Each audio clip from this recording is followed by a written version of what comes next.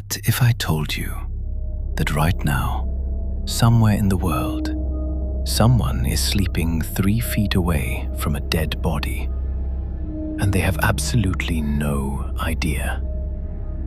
Not in a horror movie, not in a crime novel. In a real apartment, a real bedroom, a real closet. And the most terrifying part? It already happened. For years. Nobody screamed. Nobody called the police. Nobody even looked twice. Because the body was already there, long before anyone moved in.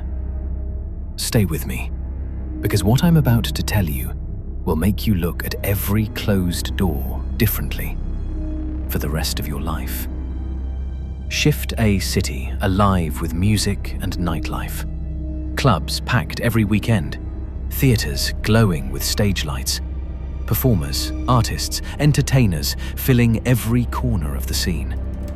And among them, one performer who stood out from everyone else.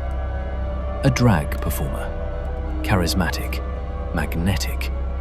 The kind of person who walked into a room and owned it. Looking them as friends described them as larger than life. The type of person you simply remembered. The type of person who made everything around them feel more alive. Which makes what happened next almost impossible to understand. Because this performer, this vivid, unforgettable personality, would one day vanish from the world, and nobody would realize the full truth of how, for a very, very long time. Luke the Benchley, the performer, passed away. Friends grieved. The community held space for the loss. And then, because life is brutally ordinary like that, the world moved on. The apartment where the performer once lived changed hands. New tenants arrived. Boxes were packed. Furniture was rearranged. Walls were repainted. Normal things. Ordinary things. The kind of things that happen in every city, every building, every floor, dozens of times a year. Nobody suspected anything unusual. Why would they? The performer was gone. The apartment was just an apartment. Or so everyone believed. But in the day of the cleanup, routine, unremarkable.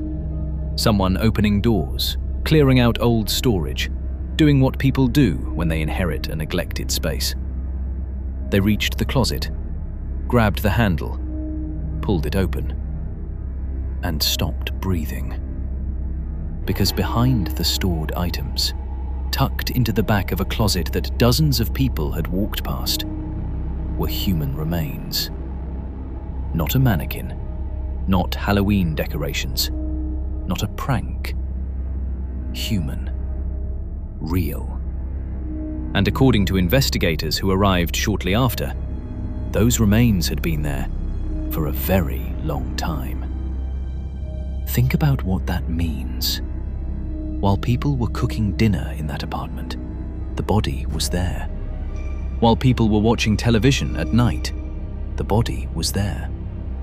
While guests were visiting, laughing, sleeping, living their lives just a few feet away, the body was there, hidden, silent, waiting. Stop for a second. I want you to think about this. You've lived somewhere, an apartment, a house, a dorm room. What if something was hidden in your space and you never knew? Drop your theory in the comments right now. How long do you think a body could stay hidden in a modern apartment before someone found it? I want to see your wildest guesses. Police sealed the building immediately. Forensic specialists suited up and moved in. The apartment, once just a quiet residential space, became an active crime scene overnight. And the questions started stacking up fast. Who was the victim? How did they die? When exactly did they die? And the question that haunted every investigator in that room. How had nobody found this sooner? Because this wasn't some isolated cabin in the woods. This was a residence, a building with neighbors, a place with maintenance workers who came to fix pipes and patch walls, a space that multiple tenants had called home. At least one person had slept in that apartment for months, with those remains just a few feet away, without ever knowing.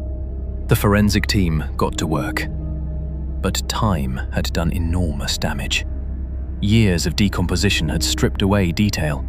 Physical evidence had degraded badly. Every answer required patience that felt almost cruel, given the urgency of the questions. Detectives turned to the building's history, and that's where things got truly strange. The paper trail was a mess. Multiple tenants over the years, ownership that changed hands more than once, maintenance records that were incomplete or missing entirely, people who had moved in, moved out, moved on with their lives. All of them unaware. Some investigators theorized the victim knew their killer personally, a confrontation gone wrong, a secret kept out of fear or desperation. Others suggested something more calculated, a deliberate act of concealment. Someone who understood exactly what they were doing. Someone who believed, correctly for years, that they had gotten away with it. Here's the question that's been driving investigators and true crime researchers absolutely insane. Who do you think is more likely? Someone who knew the victim and panicked, or someone who planned this from the very beginning? Comment panic or planned right now. And if you have a full theory, drop it below. I read every single one. Years passed after the discovery. The case generated massive public attention, news coverage, online forums, thousands of people dissecting every available detail, all of them wanting the same thing, an answer. But the answer never fully came. One investigator described the case as a puzzle, where time itself had stolen the missing pieces. Not because there was no evidence, but because the evidence that once existed was simply gone. Witnesses forget, documents disappear, physical matter breaks down into nothing. And eventually, even the people who know the truth stop existing. Which means somewhere out there, someone may have lived their entire life with this secret, gone to work every morning, eaten dinner with their family every night, laughed at parties, grieved at funerals, looked completely, perfectly, unremarkably normal. All while knowing exactly what was hidden in that closet, exactly how it got there, exactly what happened. And they never said a word. Here's what keeps me thinking about this case. It's not the body. It's not the investigation. It's not even the unanswered questions. It's this. At some point in time, that closet door was closed for the last time. Someone pushed it shut, heard the latch click, and walked away. And for years after that, life continued all around it, completely normally, as if nothing had happened, as if no one was missing, as if the world hadn't just swallowed a secret whole. A hidden body, a forgotten victim, a mystery sealed behind a door that nobody thought to open, until someone finally did. If this case disturbs you, if you're lying awake tonight thinking about closets, wait until you hear what's coming next. Because our next case doesn't involve one victim hidden in one apartment. It involves a killer so methodical, so calculated, that by the time investigators understood what they were looking at, the evidence had already been scattered across an entire city. The Nanjing dismemberment case, one of the most disturbing, unsolved crimes in modern history. Subscribe, because you don't want to miss that one.